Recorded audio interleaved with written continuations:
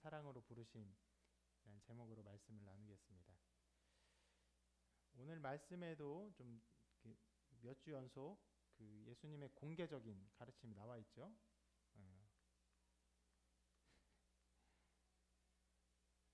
나오나요? 네, 오늘도 공개적인 가르침이 나와 있습니다. 자, 이전과는 좀 달라요. 처음에는 우리가 요 전에 보았던 공개적인 가르침은 바리새인들이 이혼에 대해서 물어본 것으로 일어났고, 또 지난주에는 제자들이 예수님께 온 어린이들 그 사람들을 꾸짖은 사건으로 인해서 일어났죠. 오늘은 예수님 스스로 길에 나가신 일로 벌어진 사건입니다. 의도를 가지고 나가시지 않으셨나 하는 생각이 들 정도인데요. 이렇게 기록하고 있어요. 예수께서 길에 나가실새 한 사람이 달려와서 꿇어앉아 묻자오되 선한 선생님이여 내가 무엇을 하여야 영생을 얻으리이까. 여러분, 이 사람, 예수님께 온 사람 어떤 태도가 어떻게 보입니까? 잘 안 보이죠? 그냥 그러니까 잘 안 보이죠? 막 예수님께 달려왔어요. 그리고 길에서 꿇어 앉았어요. 그리고 예수님을 향해 부를 때도 뭐라고 불렀습니까? 이렇게 선한 선생님이요. 그 마가복음을 기록할 때 여기 선하다라는 단어 자체를 사람에게 거의 이렇게 사용하지 않았어요. 근데 이 부분을 이렇게 말한 것을 굳이 좀 기록했는데, 그만큼 이 사람은 예수님에 대해서 대단히 호의적인 마음을 가지고 있습니다. 막 달려와서 꿇어 앉아서 선한 선생님이요, 이렇게 아주 적극적이고 사랑의 마음으로 예수님께 왔어요. 그리고는 이런 질문을 하죠. 내가 무엇을 하여야 영생을 얻으리이까? 자, 그 질문을 보면은 대단히 그 영적인 일에 관심이 많고 하나님의 구원에 대해 관심이 많은데, 그런데 이 질문 자체를 보면은 질문 자체에 좀 일종의 어떤 문제가 있는 것처럼도 보입니다. 무슨 말이냐면은 내가 무언가를 해야 구원을 얻는 것처럼, 이것을 우리가 신학적으로 이렇게 표현할 수 있겠죠. 행위구원론. 우리가 무언가를 해야 구원을 얻는 것처럼 그런 착각 속에서 아주 근본적인 신앙이 아주 근간에서 무언가 잘못된 방향을 가지고 예수께 질문하는 것처럼 보입니다. 그런데 실제로 성경에 나오는 수많은 예수님의 가르침들을 보면은 그 완전히 정돈된 구원론을 가지고 사람들에게 접근하지 않는 것을 볼 수 있습니다. 여기서도 마찬가지예요. 이 사람이 가지고 있는 내가 무엇을 해야 구원을 받는다라고 하는 행위 구원론에 대해서 예수님께서 질타하거나 질책하거나 잘못을 꾸짖지 아니하시고, 도리어 계명을 지켜야 구원을 얻는 것처럼 행위 구원론을 좀 찬성하는 것처럼 이런 말씀을 하세요. 같이 읽어볼까요? 시작. 내가 계명을 안 하니 살인하지 말라, 간음하지 말라, 도둑질하지 말라, 거짓 증언하지 말라, 속여 빼앗지 말라, 내 부모를 공경하라 하였느니라. 자, 십계명 중에서 인간이 인간을 향해서 지켜야 되는 어떤 계명들을 쭉 나열했어요. 그런데 잘 보면은 한 가지가 다릅니다. 뭐가 다른지 아시겠어요? 십계명 중에서 몇 번째 계명이 여기서 좀 다르게 표현되어 있습니다. 다르다기보다는 좀 완전히 다른 말이 써 있는 것처럼 표현되어 있습니다. 뭐 같습니까? 내 부모를 공경하라. 맞죠? 저 맞습니다. 당당히 틀렸어요. 예, 아주 그냥 대놓고 틀렸습니다. 예, 긴 여행으로 좀 정신이 여기 있는지 저기 있는지 하늘에 있는지 오시나 고생했어요. 사모하는 마음으로 와서 꿇어 엎드려 은혜를 주시옵소서 하고 이제 다른 소리를 하는데 자, 어떤 게 내 부모를 공경하라면 맞아요. 순서가 잘못됐지만 그건 맞아요. 뭐가 잘못된 것 같아요? 속여 빼앗지 말라. 원래 이제 10번째 계명이 이런 게 없이 10번째 계명이 이렇게 기록되어 있어요. 내 이웃의 집을 탐내지 말라가 10번째 계명인데 이거를 자, 속여 빼앗지 말라 이렇게 바꿔서 말씀하고 계십니다. 왜 이렇게 바꾸셨는지 의도를 우리가 확증하기는 어렵습니다. 그런데 자, 예수님께서 이렇게 10번째 계명을 바꾸신 덕에 이 사람이 이 계명에 대해서 내가 이 계명들은 어려서부터 다 지켰나이다라고 공언을 할 수 있게 되었어요. 무슨 말이냐? 여러분 밑에 있는 자, 내 이웃의 집을 탐내지 말라 하면은 이 계명이 어디에 문제가 있는 것입니까? 어디에 대한 그 말씀이에요? 이게 뭐에 대한 말 같아요? 자, 이웃의 집을 탐내지 말라 하는 것은 이게 참 질문이 좀 별로 안 좋은데 뭐에 대한 질문 같아요? 우리 어린이들 대답해 볼까요? 유담 위원님 대답해 봐요. 어떤 것에 대한 그 계명 같아요? 잘 모르겠어요? 자, 위에 보면 살인하지 말라 하면 살인 안 하면 돼요. 예, 도둑질하지 말라 도둑질 안 하면 돼요. 근데 내 이웃의 집을 탐내지 말라 하면요. 실은 그건 마음의 문제가 되는 거예요. 그래서 만약에 이 십계명을 십계명대로 그냥 말씀하셨다면은 탐심에 관해서 나는 한 번도 다른 사람 것을 탐낸 적이 없습니다. 여러분 그렇습니까? 우리 윤이 살인한 적 없죠? 도둑질 한 적 없죠? 남의 거 탐낸 적 없어요? 없어요? 네, 있죠? 자, 이렇게 되는 거예요. 탐심의 문제로 가면은 이 10번째 계명을 내가 어렸을 때부터 다 지켰습니다. 이렇게 말하기 어려워져요. 그런데 속여 빼앗지 말라 하면은 나는 속여 빼앗은 적이 없어요. 이렇게 말하기 쉽잖아요. 어쨌거나 예수님께서 이렇게 말씀하시니까 이 사람이 내가 이 계명들을 어렸을 때부터 다 지켰나이다라고 대답하기가 쉬워졌습니다. 생각이 어쩌면 예수님은 이 사람이 이 계명을 지키는 어떤 문제들에 대해서는 굉장히 괜찮은데 이 사람이 가지고 있는 진짜 문제를 파헤치기 위해서 이렇게 계명을 바꿔 말씀하신 것이 아닌가 생각이 됩니다. 그렇게 이 사람은 예수님의 말씀에 대해서 이 계명을 말씀하시니까 이렇게 말해요. 내가 다 지켰나이다. 그리고는 예수님이 이 사람의 진짜 문제를 말합니다. 이렇게 말씀하세요. 내게 아직도 한 가지 부족한 것이 있으니 가서 내게 있는 것을 다 팔아 가난한 자들에게 주라. 그리하면 하늘에서 보화가 내게 있으리라. 그리고 와서 나를 따르라. 이 사람이 어떤 태도였습니까? 주님께 굉장히 간절한 태도, 주님을 사모하는 태도, 공손한 태도예요. 그래서 이 사람을 주님이 따르라고 명하셨어요. 따라라. 궁극적으로 따르기를 원하셨는데 따르기 전에 요청한 것이 있어요. 뭐예요? 자기의 모든 것을 다 팔아 가난한 자들에게 주라 말씀하셨습니다. 아주 강력한 말씀을 주셨어요. 그래서 이 사람은요, 예수님의 이 말씀을 듣고는 근심하며 떠나갔습니다. 이렇게 표현하고 있어요. 그 사람은 재물이 많은 고로 이 말씀으로 인하여 슬픈 기색을 띠고 근심하며 가니라. 마가가 이제서 밝히고 있지만 이 사람은 부자였어요. 예. 부자여서 이 많은 재물로 인해서 예수님의 말씀을 지키지 못하고 행하지 못하고 근심하며 떠나갑니다. 자, 여러분 예수님의 이 말씀이 그렇듯 언제나 그렇듯 예수님의 말씀은요 어떤 특정한 경우에 특정한 대상에게만 국한되지 않습니다. 그래서 말씀을 읽는 모든 사람들이 말씀을 읽을 때 예수님의 말씀 앞에 자기를 세웁니다. 이 부자 청년처럼 자기를 그 앞에 세워요. 내게 있는 것을 다 팔아 가난한 자들에게 주라 하는 이 말씀 앞에 자기를 세웁니다.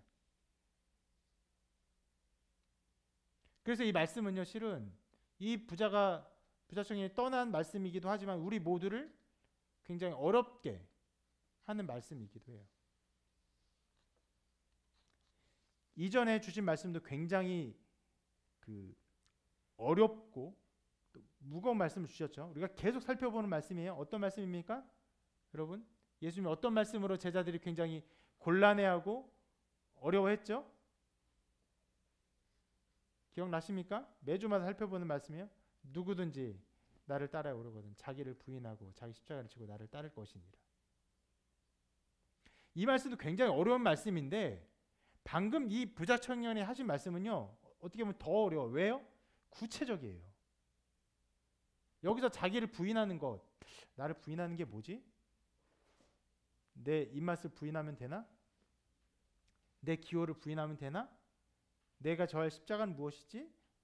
좀 두루뭉술한 면이 있어요. 그런데 청년에게 하신 말씀은 아주 선명해요. 네가 가진 재물 다 팔아라. 가난한 자에게 주라. 그리고 나를 따르라 하니까 아주 선명하죠. 그러니까 이 말씀을 우리가 들을 때 이 말씀을 듣는 모든 사람이 다 더 어렵게 이 말씀을 대하게 됩니다. 그래서 어떤 사람들은 이 말씀을 보면서 이것은 부자 청년에게만 하신 말씀이다. 이렇게 보기도 해요. 자기에 해당하는 말씀 아니다. 이렇게 생각하는 것이죠. 그러한 해석의 시도, 이 말씀은 부자 청년에게만 하신 말씀이야 라는 이 해석의 시도는요, 이 말씀이 기록된 이래로 모든 인류사의 수많은 사람들이 그 행하기를 원했던 해석법입니다. 부담스러우니까. 그런데 이 청년이 이렇게 떠나가고 이 일에 대해서 제자들과 예수님이 말씀을 나누십니다. 그리고 그 말씀은요, 이 말씀이, 이 청년에게 하신 말씀이 이 청년에게만 하신 것이 아니라 우리 모두에게도 주어지는 말씀이고 우리가 그 앞에 서야 되는 말씀이구나 하는 것들을 알게 해줘요. 이렇게 말씀하십니다. 예수님의 가르침을. 예수께서 둘러보시고 제자들에게 이르시되 재물이 있는 자는 하나님의 나라에 들어가기가 심히 어렵도다.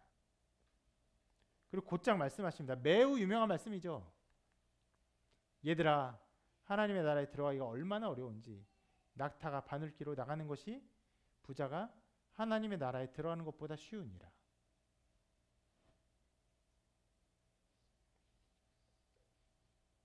낙타는 그 당시에 이제 이스라엘에서 가장 좀 크게 쉽게 쉽게 만날 수 있는 동물 중에서 가장 큰 동물이에요.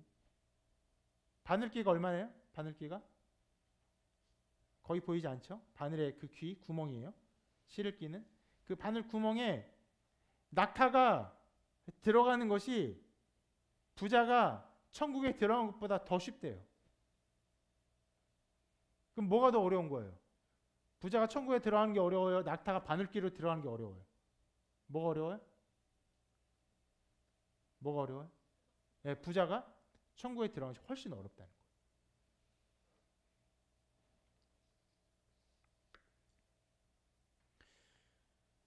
이렇게 예수님은요, 어떤 법칙을 얘기하듯이 선포했어요.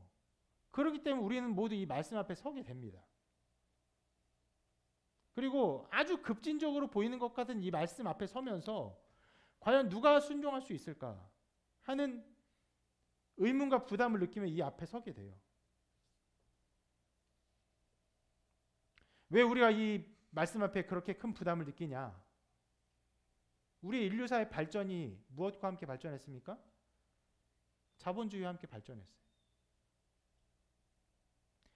거의 모든 그 문명 사회들이 자본주의로 편입되었습니다. 실제로 뭐 가까운 나라 중국만 하여도 자본주의 경제 체제가 좀 아니었어요. 사회주의 정치 체제이면서 공산주의 체제였죠. 근데 지금은요, 사회주의 체제이면서 공산당이 공산당으로서 정치를 다스리지만 경제는 완전히 자본주의 체제로 돌아가요. 자기가 일하고 자기가 벌고 그렇게 살아갑니다. 자본주의 사회에서 가장 중요한 게 무엇입니까? 자본이에요. 자본. 자본이 무엇처럼 역할합니까? 신이죠. 신과 같은 지위를 차지하고 있어요. 그래서 이 자본주의 사회를 살아가면서 거의 모든 사람이 무엇을 위해 살아갑니까? 돈을 위해서 살아가요. 돈을 벌기 위해서 살아갑니다. 여러분들 한 주 동안 무엇을 했습니까? 경제활동을 했죠. 그렇게 살아갑니다. 심지어 이 자본주의 사회에서 많은 사람, 정말 많은 사람들이 돈을 벌어서 무엇을 하는 게 아니라 정말로 어쩌면요, 돈 자체를 벌기 위해 살아가요. 그러면서 자기의 길을 잃어버립니다. 그런 사람들을 많이 볼 수 있어요. 그럼에도 불구하고 여전히 또 수많은 사람들이 그 길을 쫓아가고 있어요. 그게 자본주의 사회의 특징입니다. 그 사회 안에서 우리가 살고 있기 때문에 이 말씀은 우리에게 더욱 어렵게 느껴져요. 물론 이 말씀은요, 자본주의가 발전하기 전에도 사람들에게 큰 어려움을 주었던 말씀입니다. 그래서 여러 모양으로 이 말씀을 해석하면서 어떻게 보면 수용할 만한 말씀으로 변환하려는 시도들이 있었어요. 해석학적으로. 무슨 얘기냐? 자, 예수님이 하신 말씀의 어떤 아주 좀 핵심적인 비유가 이거죠. 낙타가 바늘길을 통과하는 것. 이게 가능해요? 불가능해요? 네, 불가능하죠. 그런데 이 바늘귀가 실제로는 그 바늘의 귀를 말하는 것이 아니라 예루살렘 성전에서 커다란 문이 있고 그리고 그 옆에 지나갈 수 있는 작은 문이 있는데 이 문의 이름이 바로 바늘귀였다. 쉽게 말하면요. 실제 바늘귀는 아닌데 하여튼 그런 단어가 여기에 쓰였다는 것이에요. 그러니까 우리가 보는 것처럼 이만한 낙타가 이만한 바늘귀에 통과하는 게 아니라 이만한 낙타, 좀 작은 문, 좀 통과하기 어려운 문을 통과하는 것이다. 그러면 낙타가 그 문을 통과하는 게 불가능합니까? 가능합니까? 가능해져요. 어떻게 될까요? 예, 좀 숙이고 낮추고 이렇게 가면 가는 거예요. 그러면 자, 그렇게 가능하다면 낙타가 그 문을 통과하는데 좀 숙이고 겸손한 태도로 갈 수 있다면 부자가 천국에 들어갈 때 어떻게 하면 될까요? 부자로서 좀 낮추고 좀 겸손하게 엎드리면 가능한 거예요. 그렇게 해석하는 거예요. 또 다른 해석은요. 이 낙타라는 단어가 실은 우리가 보는 그 낙타의 단어가 아니라 아람어의 밧줄의 그 단어를 잘못 이렇게 해석해서 낙타라고 기록된 것이다. 그래서 실은 밧줄이 바늘길을 통과하는 것이다 라고 해석하는 거예요. 근데 이면은 좀 웃겨요. 왜냐하면 밧줄이 바늘길을 통과할 수 있어요? 없어요? 무슨 수를 써도 안 되잖아요. 실은 그것도 불가능한데 이게 사람들의 마음에 이 말씀에 대한 부드러운 해석을 향한 간절함을 보여주는 거예요. 이해되십니까? 바늘기에 어차피 이만한 밧줄이 안 돼요. 그래도 낙타가 가는 것보단 낫잖아요. 어떻게든 그 끈처럼 트레인처럼 생겼으니까 실이 좀 묶여 있는 거니까 어떻게든 하면은 될 것 같은 그런 뭐 느낌적인 느낌 있잖아요. 그러니까 이렇게 해석을 하는 거예요.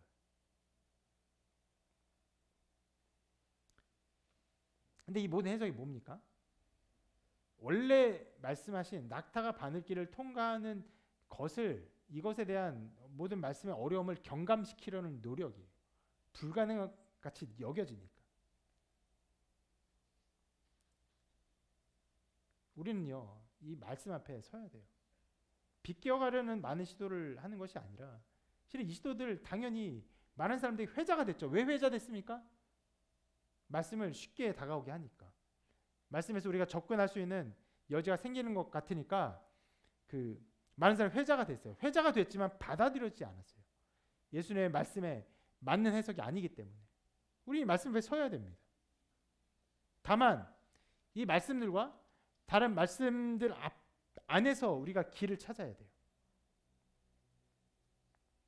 자, 먼저 생각해 볼 것은 이걸 생각해야 되는데 예수님이 이 부자에게 분명히 그 재산을 다 팔아 가난한 자리에 나눠주라 그리고 나를 따르라 하셨잖아요. 그런데 주님께서 제자들에게 이런 요구를 똑같이 다 하진 않으셨어요.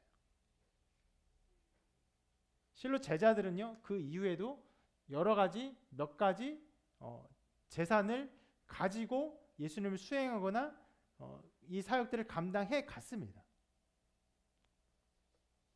게다가 우리가 잘 알고 있는 것처럼 삭개오의 경우도 어떻게 해요? 재산의 절반을 팔라고 하셨어요. 그렇게 여러분, 이 말씀은 정말 모든 사람이 자기의 모든 소유를 완벽하게 포기해야 한다라는 말씀으로 해석될 것이 아니에요. 다만 이것은 선명한 것이에요. 이 사람에게 예수님이 이 사람에게 실은 이렇게 묻고 계신 것이에요. 너의 삶을 다스리는 것이 무엇이냐? 너의 삶을 다스리는 것이 하나님이냐? 아니면 돈이냐? 실제로 이 부자 청년을 다스렸던 것이 돈이었기 때문에 이렇게 강력하게 요청하고 있는 것이.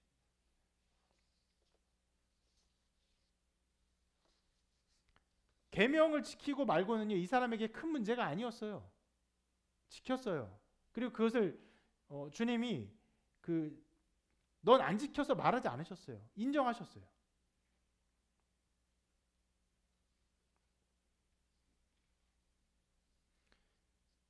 계명을 다 지켰다고 했지만 실제 계명에는 가진 것을 팔라는 계명 같은 건 없습니다. 십계명에는. 그런데 주님은 주님을 따르는 데 있어서 그것을 요구하셨어요. 왜요? 이것이 그 사람의 걸림돌인 것을 아셨어요. 예수님의 궁극적인 목적이 무엇입니까? 이 사람이 영생을 얻기 위해 왔어요.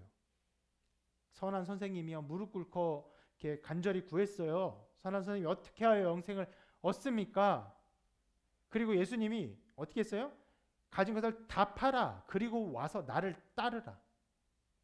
주님을 따르게 하기를 원했어요. 이런 저렇게 하면 너가 영생 얻을까 하고 헤어지는 게 아니라 주님을 따르는 자가 되기를 원했던 거예요. 그 주님을 따르는 데 있어서 주님이 요구했던 것이 재산을 파는 것이었어요. 이 사람에게 걸림돌이 되었기 때문에. 이렇게 예수님은요, 각 사람이 떠나야 할 자리를 알고 계세요. 하나님은 여러분이 떠나야 할 그 자리도 알고 계십니다. 역사적으로 몇 군데를 살펴볼까요?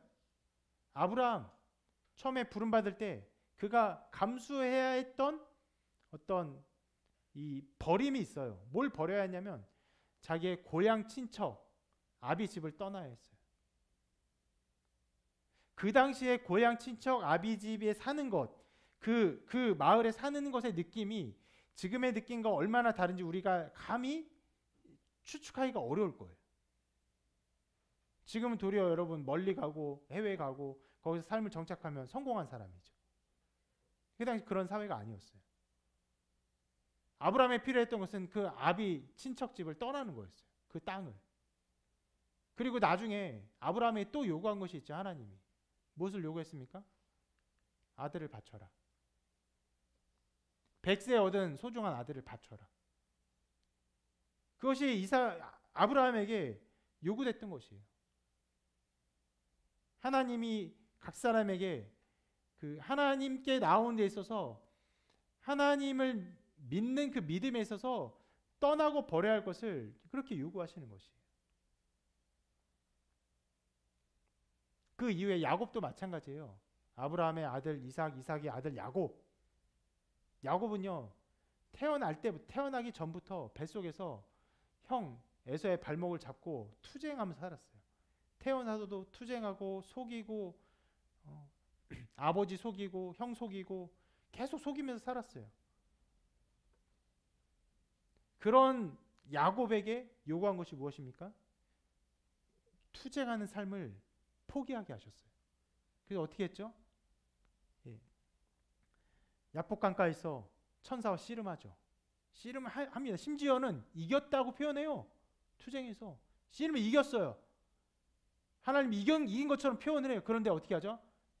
최종적으로 천사가 야곱의 다리를 쳐요. 이를 칩니다. 그리고 그 이후로 야곱이 그 절름발이가 돼요. 절름발이가 어떻게 투쟁적인 삶을 삽니까? 일종의 불구가 된 거예요. 그것을 놓게 하셨어요.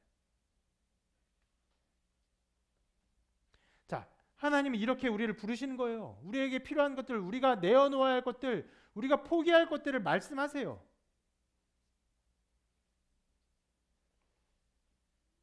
이러한 부르심이 여러분에게 어떻게 나타날지 알지 못하지만 하나님은 여러분을 그렇게 부르세요. 특히 자본주의의 삶을 살기 때문에 여러분 거의 모든 사람에 대부분의 사람에 있어서 재정적인 포기로 여러분의 삶을 부르실 것이에요. 그래서 이 부자 청년에 대한 이 말은요, 더 특별히 우리에게 다가올 것이에요. 아들을 바쳐라? 별로 상관없죠. 아들 있는 사람이 여기 없으니까 저랑 형제 한 밖에 없죠. 그런 식으로 주어지지 않겠죠. 그러나 다 자본주의 사회에서 돈을 위해서 돈이 가진 힘을 알고 그 맛을 알고 여러분 살고 있잖아요. 근데 분명히 이렇게 부르실 것이에요. 근데 그것이 아닐지라도 여러분이 예수님을 따르기 위해서 주님과 함께 동행하는 삶을 살기 위해서 이 청년이 잘못 기대한 것처럼 주님 영생을 얻으려면 어떻게 해야 됩니까? 아 그렇게 해야겠군요. 제가 이렇게 영생을 얻기 위해서 하면 되겠군요. 이런 삶을 부르는 것이 아니라 주님을 따르는 삶을 부르시기 위해서 여러분에게 이 순종의 삶으로 부르기 위해서 여러분이 떠나야 할 자리를 말씀하실 거예요.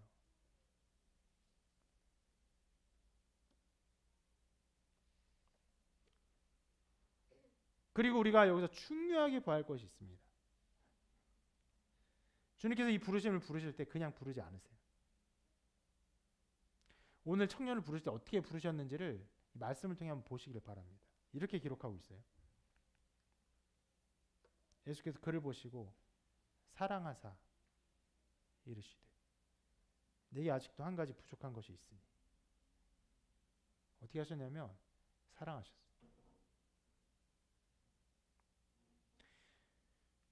이 사람이 어떤 자질이 예수님의 사랑을 이끌어냈는지 어떤지 우리가 알 길이 없습니다. 근데 주님 사랑하셨어요. 사랑하셔서 이 사람에게 정말로 필요한 것을 말씀해 주신 것이.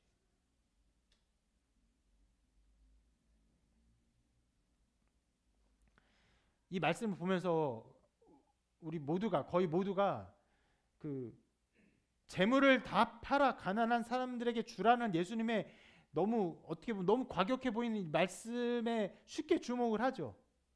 그 과연 그것이 가능할까 뭐 이런 열심도 드려요. 그리고 심지어 그렇게 했죠. 아까 본 것처럼 낙타가 바늘길을 통과하는 것, 낙타는 문이고 실은 그 원래는 또 바늘기가 문이고 낙타는 원래 뭐 끈이야. 이렇게 막 해석을 다르게 해요.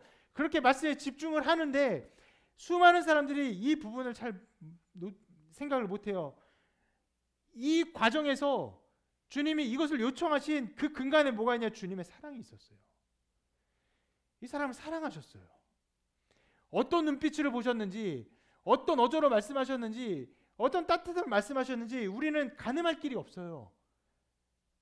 근데 정말 주님이 이 사람을 사랑하셔서 이 사랑 가운데 이 사람이 해야 할 길을 말씀하셨던 것이에요.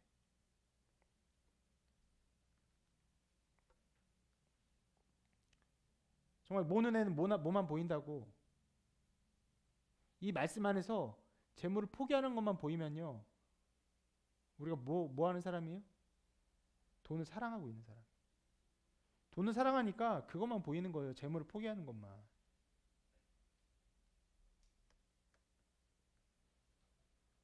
어떤 사람이 정말 돈이 없어요. 빈곤하게 살아가요. 근데 주님의 사랑을 많이 누리며 살아가요. 예. 그렇게 많지 않은, 그러나 분명히 소수지만 분명한 여러 사람들이 그렇게 살아가죠. 그런 사람이 이 말씀을 보면요, 재물에 대한 포기는 별로 눈에 안 들어올 거예요. 포기할 돈도 별로 없으니까. 근데 주님이 이 사람을 사랑하셨다는 말을 보면서 얼마나 그 사랑을 이렇게 표현해 주셨을까, 그 사랑을 받은 이 사람의 마음은 얼마나 기뻤을까, 얼마나 주님의 사랑을 직접 받는 그 한량없는 기쁨이 얼마나 컸을까, 이것을 계속 되새겼을 거예요.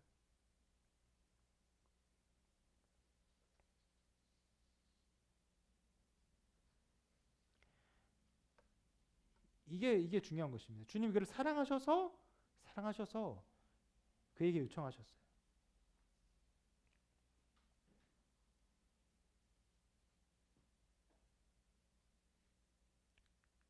사랑 가운데 주님의 이 요청에 응답하시기를 바라셨고, 실은 여러분 이 모든 가르침 속에서 동일하게 나타나는 것이 같습니다. 우리에게 어떤 걸 포기하기를 요구하세요. 여러분이 돈을 포기하기를 요구하실 거예요. 어떤 것을 포기하기를 요구하실 거예요. 그런데 어떻게 해요? 사랑 가운데 여러분을 사랑하셔서 여러분이 그것을 놓기를 원하세요.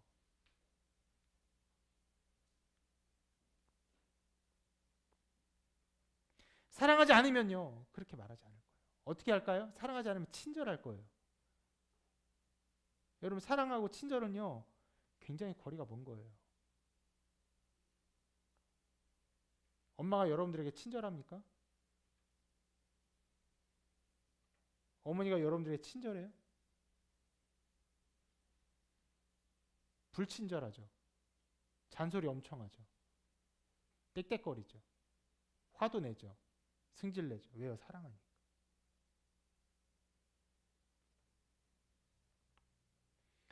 우리에게 때로 주시는 그런 어떤 요청들, 돈을 포기해라. 너의 명예를 포기해라. 너의 의심을 포기해라. 너의 생각의 그 틀을 포기해라. 너의 삶의 그 틀을 포기해라. 하는 이 모든 것들도 왜 그렇게 말씀하시냐? 우리를 사랑하시기 때문에. 우리가 주님과 동행하는 삶을 살기 위해서 우리에게 정말 필요한 것들을 말씀해 주시는 것이에요.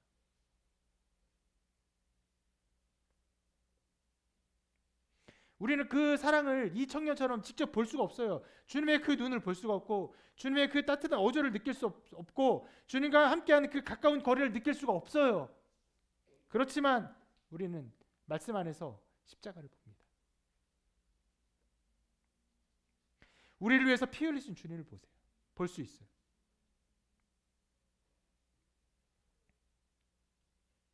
주님 우리를 위해서, 우리를 사랑하셔서 우리가 그렇게 움켜쥐고 욕심부리고 내 뜻대로 사는 수많은 죄를 저지르고 있기 때문에, 그 죄가 정말 포기되지 않고 아무리 말해도 안 되기 때문에 그 죄에 대한 모든 형벌의 값을 자신의 몸에 지시고 죽으셨어요. 영원하신 분이 죽으셨어요. 하나님께서 죽으셔서 우리를 위해서.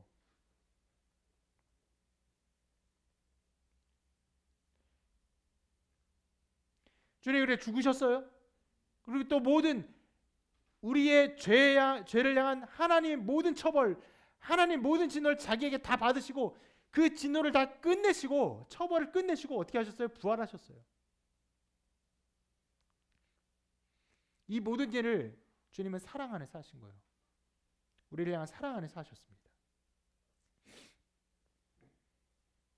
주님 우리를 사랑하사 자기에게 당하는 모든 고난, 심지어 성부 하나님으로부터 받게 되는 모든 진노, 실은 우리가 다 가늠하고 상상도 할 수 없는, 어쩌면 이렇게 말하면 잘못 말하면은 이단처럼 여겨질 수도 있는 성부 하나님과 어떤 분리까지도 감수하셨어요.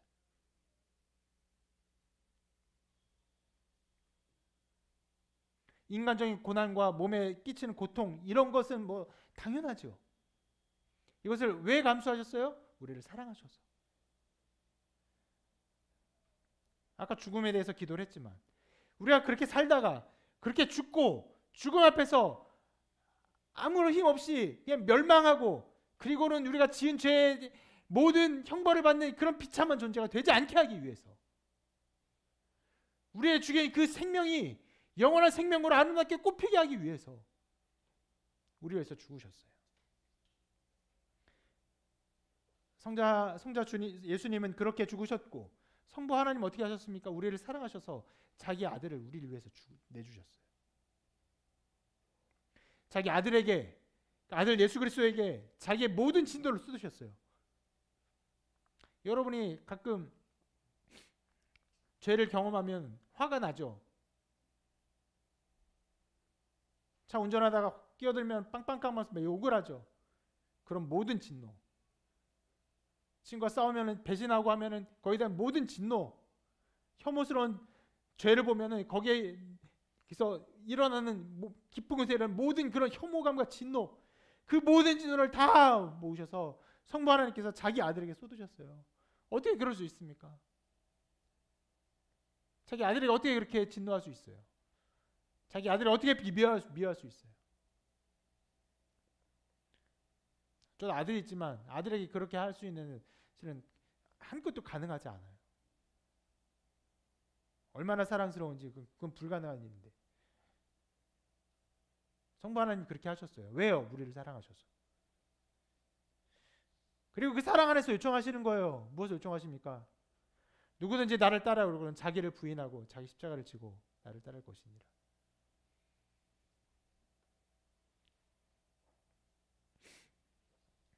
우리를 그냥 살다가 그냥 죽고 욕망대로 살다가 그냥 멸망하는 존재로 내어버려 두지 아니하시고 우리를 사랑하셔서 자기의 길을 주님의 길을 쫓아가기를 원하시는 것이고 그리고 이 모든 부르심, 우리를 이끄심, 우리를 인도하심 이 모든 것들은 하나님의 사랑 안에서 나타나는 거예요. 그래서 나온 이 말씀 가운데 이렇게 선포되고 있는 것입니다. 같이 한번 읽어볼까요? 시작. 찬송하리로다. 하나님 곧 우리 주 예수 그리스도의 아버지께서 그리스도 안에서 하늘에 속한 모든 신령한 복을 우리에게 주시되 곧 창세전에 그리스도 안에서 우리를 택하사 우리로 사랑 안에서 그 앞에 거룩하고 흠이 없게 하시려고 그 기쁘신 뜻대로 우리를 예정하사 예수 그리스도로 말미암아 자기 아들들이 되게 하셨으니 이는 그가 사랑하시는 자 안에서 우리에게 거저 주시는 바 그의 은혜의 영광을 찬송하게 하려는 것이라. 어떻게요? 우리로 사랑 안에서 그냥 부르지 않으셨어요. 사랑 안에서 부르셨어요. 사랑 안에서 여러분 각 사람 부르신 것이.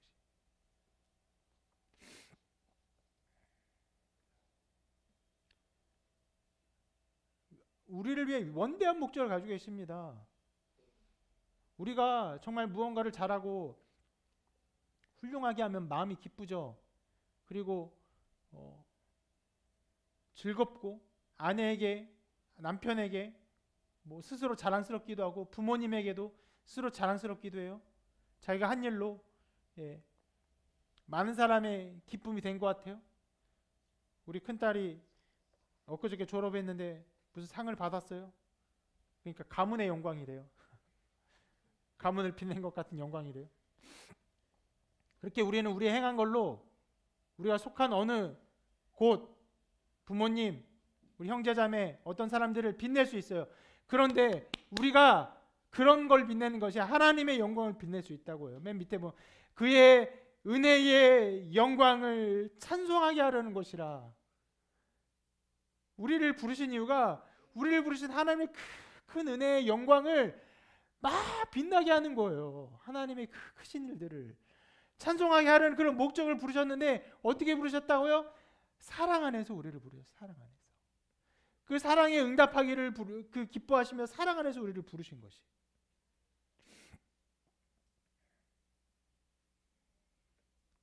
만약 신앙생활 하면서 이 하나님의 사랑을 알지 못하고 사랑 안에서 하나님의 부르심을 깨닫지 못한다면요.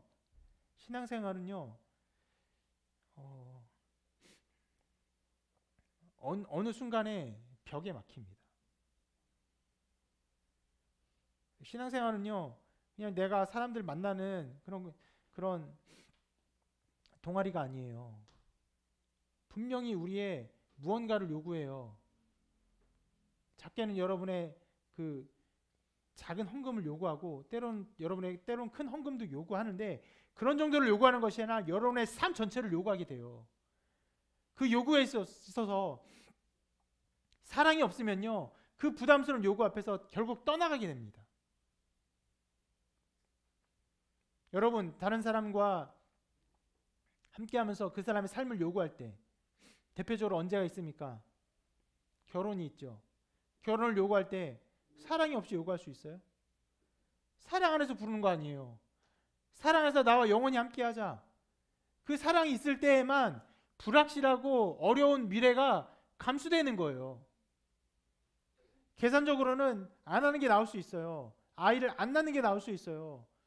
어마어마한 비용이 드는 이 사회 속에서 혼자 사는 게 더 나올 수 있어요. 그러나 사랑 안에서 함께하며 어려움을 이겨내는 감수가 되는 거잖아요. 주님이 우리를 그렇게 부르세요. 나를 따르라. 어떻게 해요? 사랑 안에서 부르세요. 이 사랑 안에서 부르시는 이 부름을 알지 못하면요. 우리에게 주시는 그 거룩한 부르심을 요구하는 사람이 미워지기까지 합니다. 무슨 말이냐? 어느 순간 제가 여러분들에게 목회자이기 때문에 하나님의 이 요구들 메뉴에 있죠. 자기를 부인하고 자기 십자가를 지고 나를 따를 것이나 했는데 제가 그것을 대리적으로 요청할 수 있어요. 이것이 형제님이 자매님이 지셔야 될 십자가가 아닙니까? 그렇게 요구를 하면요, 저를 미워하기 시작해요. 엄청 부담스럽거든요. 못 지면 자기를 정죄하는 것 같거든요. 근데 예수님의 사랑 안에서 이걸 알면요, 어려워요. 실은 불가능해요. 그걸 말할, 실은 목회자로서 말을 나도 그게 불가능한 것 같이 느껴지면서 말할 때가 많아요. 그런데도 그 사랑의 부르심에 응답하면서 제가 지겠습니다. 제가 져야 할 십자가를 제가 지겠습니다 하고, 제가 실은 목회자인 저도 감당하지 못한 헌신들, 자기 삶을 내려놓는 일들, 그 걸음들이 나타나는 거죠. 그것이 예수 그리스도를 따르는 자들의 걸음들이라는 거죠.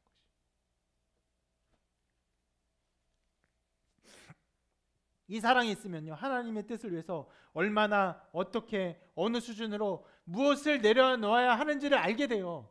아까 그 말씀, 부자가 천국에 들어가면 얼마나 어려운지, 낙타가 바늘기로 들어가는 것보다 어렵다. 그 청년이 말했죠. 너의 가진 것을 모두 팔아 가난하게 주라. 그러나 날 쫓아라. 이런 식으로 이것을 보게 되면요, 부담만 돼요. 부담만 되고 어떻게 합니까? 제껴놔요. 다른 말씀만 취해요. 그게 아니라 사랑 안에서 부르심을 알게 되면요, 그 말씀이 나에게 어떻게 적용되는지 압니다. 내가 어떻게 나를 부인하고 나의 십자가를 어떻게 지는지 알고 그것을 헌신하게 돼요. 우리 교회가 이런 것들을 지어오면서, 이런 작은 교회, 너무나 사랑하는 이 예배당을 지으면서 어려움과 곤란함들이 있었죠. 그러나 여러분의 헌신과 사랑과 눈물과 자기 부인, 자기 십자가 때문에 이런 것들이 지어진 것이죠. 이 사랑이 없으면요, 혼돈스러워요. 목사님 어떻게 해야 돼요? 목사님 얼마나 헌신해야 돼요? 뭐 쉽게 말하면 목사님 얼마나 헌금해야 되는 것이에요.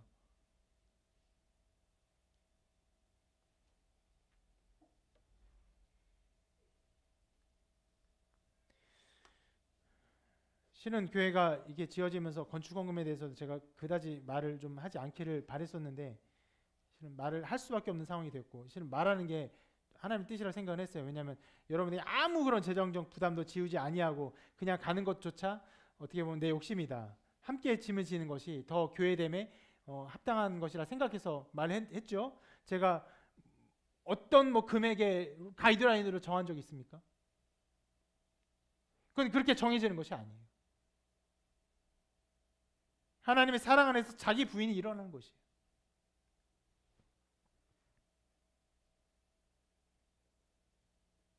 그리고 그렇게 자기를 드리며 주님을 따르는 자들에게 주어지는 마땅한 보상이 있죠. 이렇게 말씀하십니다. 그리하면 하늘에서 부하가 내게 있으리라.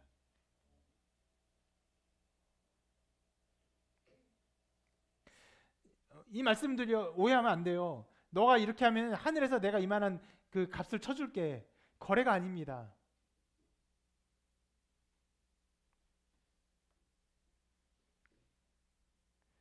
하나님의 그 부르심에, 실은 부르심에 뭐가 있습니까? 사랑이 있는 것이죠. 사랑의 부르심에 너가 그렇게 응답하면은 후일에 내가 너와 함께 한량없이 사랑하겠다 하시는 말씀이에요. 이것은 사랑하기 때문에 주시는 하나님의 한량없는 사랑을 표현한 것이에요. 여러분, 교회를 위해서 헌신합니다. 시간을 헌신하고 돈을 헌신해요. 이만한 큰 금액을 헌금했어요. 하늘에서 나에게 황금을 주시겠구나. 황금이 기쁠까요? 하나님이 한량없는 정말 무한정한 사랑이 가장 기쁘지 않을까요? 그래서 주신다는 거예요. 실은요, 이미 자기 것을 내어놓고 포기하고 자기 십자가를 지는 그 순간에 그 사람은 하나님의 사랑을 받고 있어요. 왜요? 하나님의 사랑으로 인한 부르심에 이미 응답한 것이기 때문에. 참 신비롭죠? 하나님의 사랑으로 인한 응답의 부르심이 사랑을 누렸는데 그래서 그것으로 인한 결과값 무슨 이과인가요? 그것으로 인한 최종적인 하나님의 상급조차도 하나님의 사랑인 것이. 하나님의 사랑을 아는 사람이 하나님 더 큰 사랑을 기대할 수 있는 것이죠. 이렇게 하나님은 우리를 사랑 안에서 부르십니다. 근데 그 부르심은요 정말 부담스러워. 무지 부담스럽습니다. 안 부담스러우면 기독교가 아니에요. 주님은 우리 전인을 원하십니다. 전 삶을 원하세요. 그렇게 이끌어 가심에 있어서 사랑으로 계속 부르실 것입니다. 이 청년처럼 근심하며 떠나가는 사람이 되지 아니하고 사랑에 호응하며 노래하며 찬양하며 기뻐하는 여러분 되시기를 주님의 이름으로 축원합니다.